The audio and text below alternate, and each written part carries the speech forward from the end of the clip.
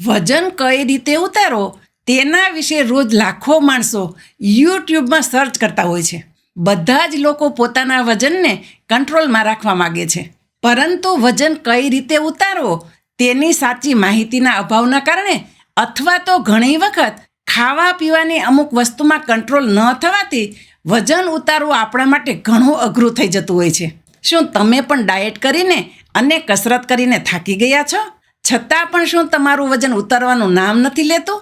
મને ખબર છે તમારા મનમાં એવો અનુભવ થતો હશે કે કોઈ પણ વસ્તુ તમારા વજન ઉતારવામાં તમને કામ નથી આવતી અને પરિણામે તમે કંટાળીને તમે હાર માની જાઓ છો અને છેલ્લે તમે વજન ઘટાડવાનું મૂકી દો છો.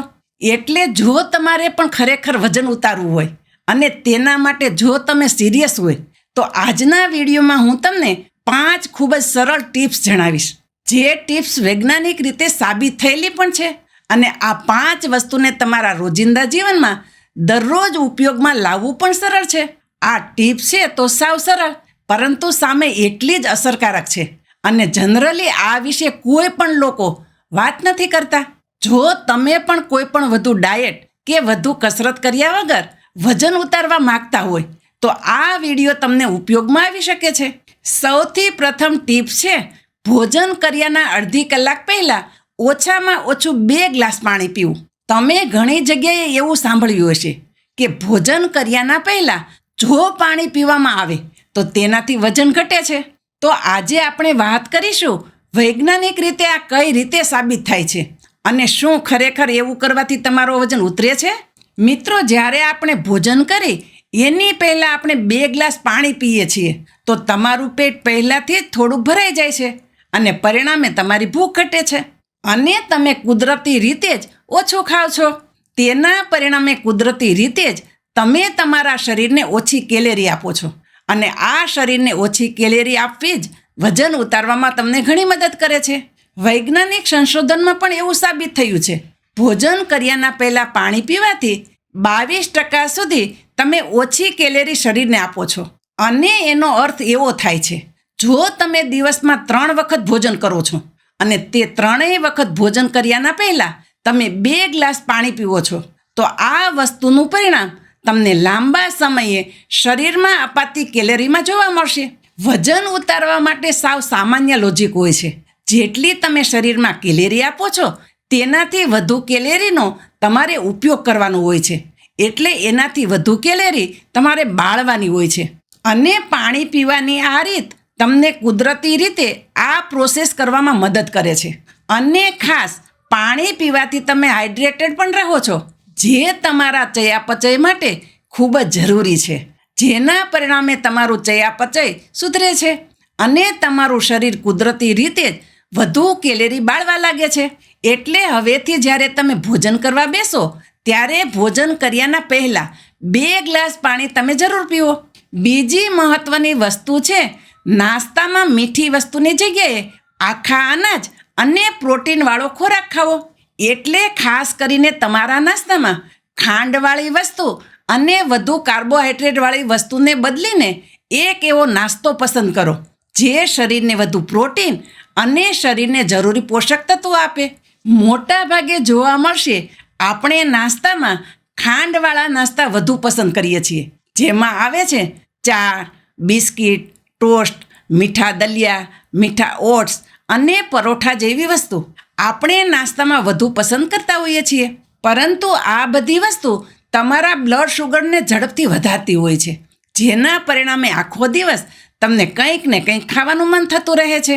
પરંતુ તેની જગ્યાએ કોઈ પ્રોટીનવાળો ખોરાક અને પોષક તત્વોવાળો ખોરાક જો તમે ખાઓ છો, જેમ કે દહીં, પનીર, દલિયાની ખીચડી, પૌવા અને ફણગાવેલા કઠોળ, આવી બધી વસ્તુ તમે નાસ્તામાં ઉપયોગ કરી શકો છો. આ બધી વસ્તુ તમારા બ્લડ શુગરને સ્ટેબલ રાખશે અને તમારા પેટને વધુ સમય સુધી ભરેલું રાખશે. હવે ઘણા બધા લોકોના મનમાં પ્રશ્ન થાય કે સારા પ્રોટીનવાળો ખોરાક લેવાથી વજન કઈ રીતે ઘટે? ઘણા બધા લોકો તો વજન વધારવા માટે પ્રોટીનના સપ્લિમેન્ટ લેતા હોય છે. જે લોકો જીમ કરતા હોય છે, રેગ્યુલર કસરત કરતા હોય છે, તે બોડી બનાવવા માટે પ્રોટીનના સપ્લિમેન્ટ લેતા હોય છે. તો જે પ્રોટીન હોય છે તે બીજા પોષક તત્વોની જગ્યાએ થોડુંક ધીમું પાચન થાય છે. અને આ પ્રોટીનને પાચન કરવા માટે આપણા શરીરને વધુ કેલેરી બાળવી પડે છે. એટલે જો તમે 100 કેલેરી પ્રોટીનમાંથી લ્યો છો તો તેમાંથી 30% કેલેરી તો તેને પાચન કરવામાં જ વપરાઈ જાય છે અને 70% કેલેરી જ તમારા શરીરને મળે છે. એટલે જો સારા પ્રોટીનવાળા ખોરાકથી જ તમારા દિવસની શરૂઆત થાય છે તો તમને આખો દિવસ ઓછી ભૂખ લાગે છે અને તમને થોડી વારે કંઈ ખાવા પીવાનું મન નથી થતું. અને ખાસ પ્રોટીન મીઠી વસ્તુ ખાવાનું મન પણ નથી થવા દેતું.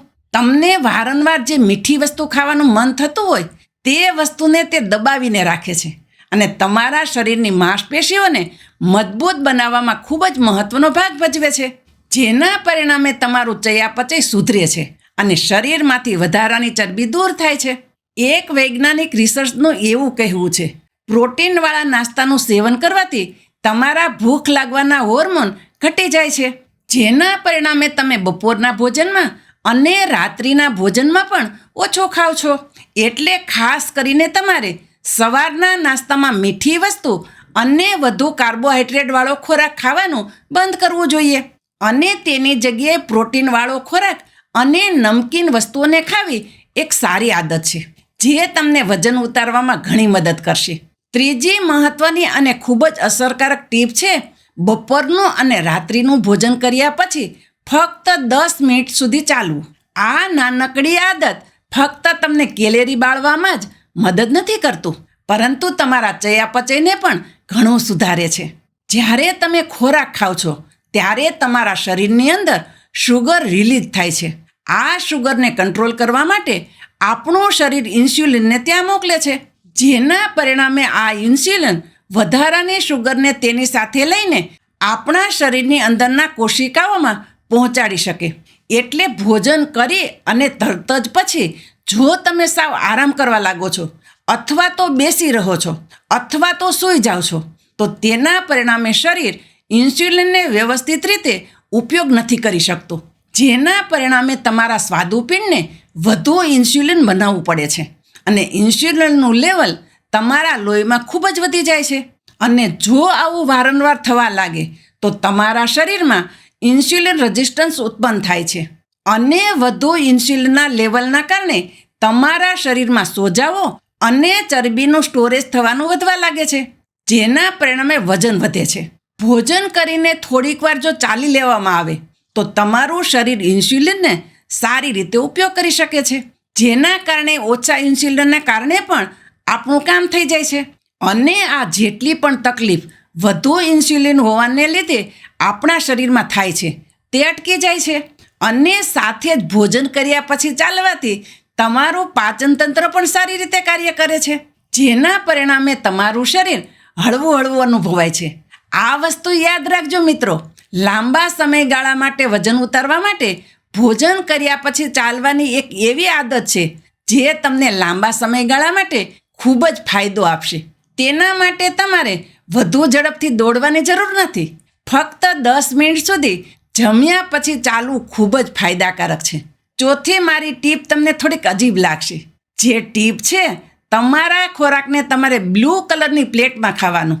હવે તમે કહેશો કલરને અને વજન ઉતારવાને શું લાગે વળગે? તમે તમારી જગ્યાએ સાચા છો, પરંતુ આની પાછળ વૈજ્ઞાનિક પુરાવો છે અને આને સાંભળ્યા પછી તમે આ વસ્તુને જરૂર માનશો. આ એક સાયકોલોજીકલ ટ્રીક છે જે ખરેખર ઘણો ફાયદો અપાવે છે. જો હું તમને પૂછું કે કોઈ બ્લુ કલરની ખાવાની વસ્તુનું તમે નામ જણાવો તો તમારા મગજમાં બ્લૂબેરી એક જ નામ આવશે.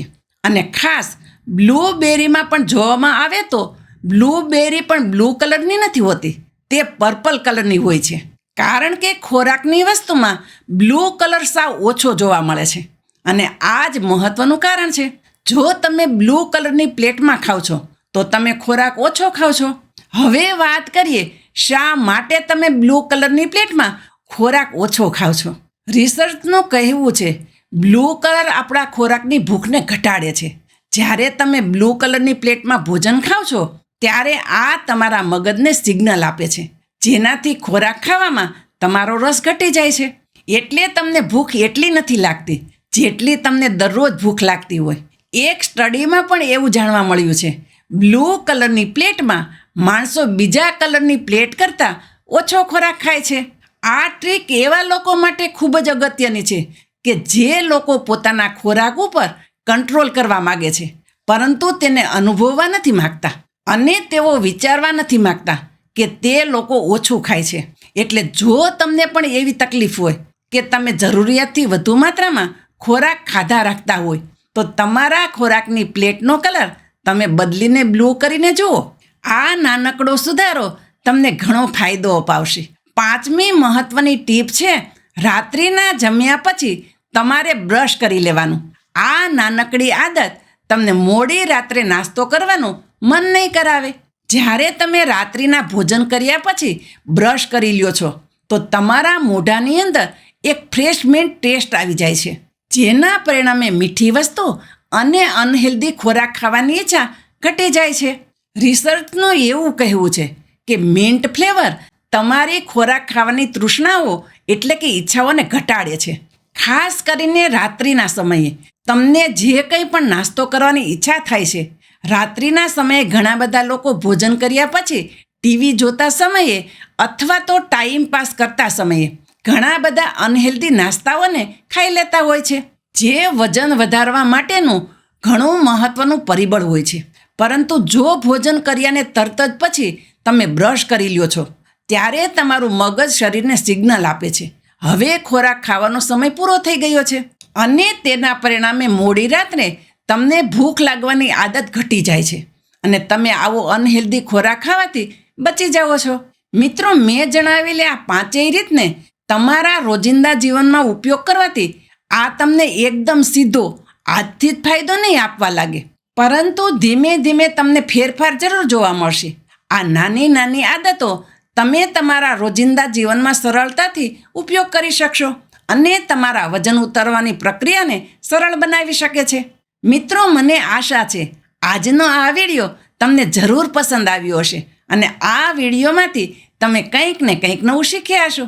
જો વિડીયો તમને સારો લાગ્યો હોય તો વિડીયોને લાઈક અને ચેનલ ઉપર નવા હોય તો ચેનલને સબસ્ક્રાઈબ પણ કરો અને બધા લોકો સાથે શેર કરો. હું શારદાબેન ગોસ્વામી તમને ફરી મળીશ એક નવા જ વિડીયો સાથે. ત્યાં સુધી મસ્ત રહો, સ્વસ્થ રહો.